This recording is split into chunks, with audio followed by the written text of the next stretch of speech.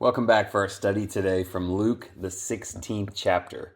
Jesus shares a parable about a manager who squanders a rich man's possessions. Before being fired, he goes out and reduces debt for people who owe the rich man in hopes that they will care for him after he is punished. The rich man praises the manager for his shrewdness. The point is, we should use what we have now for righteous acts so that we can be taken care of in heaven later. Otherwise, if we're unwise now, we will end up with nothing. This parable is told because the Pharisees love money. Jesus then shares the story of the rich man and Lazarus. Lazarus has nothing in this life, but enjoys comfort in heaven.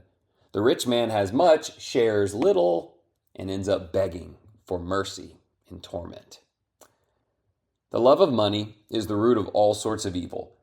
Many are foolish and selfish with it and create many problems in their lives.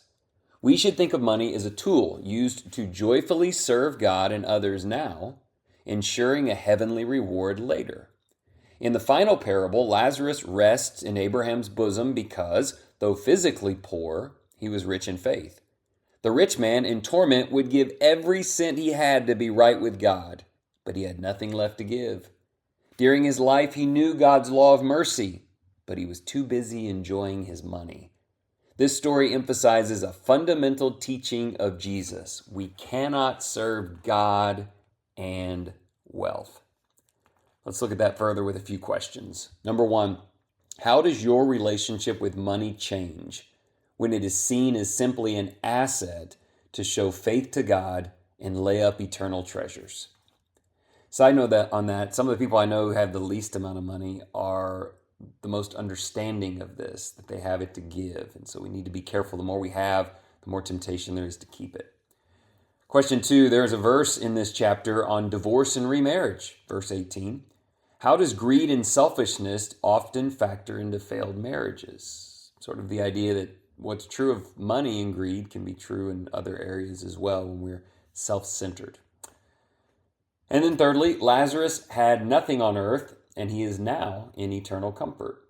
Can his story be a comfort to you or someone who is struggling in life? If you're someone who has less, or you know someone who has much less than others, how is Lazarus' hope and protection encouraging to you? Let's pray to conclude.